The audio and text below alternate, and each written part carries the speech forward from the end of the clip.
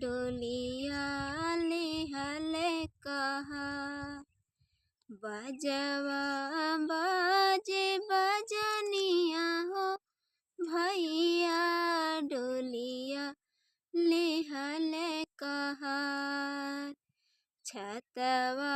ले ले भैया कवना भैया बहिनी संघवा जाय छतवा लिहले भैया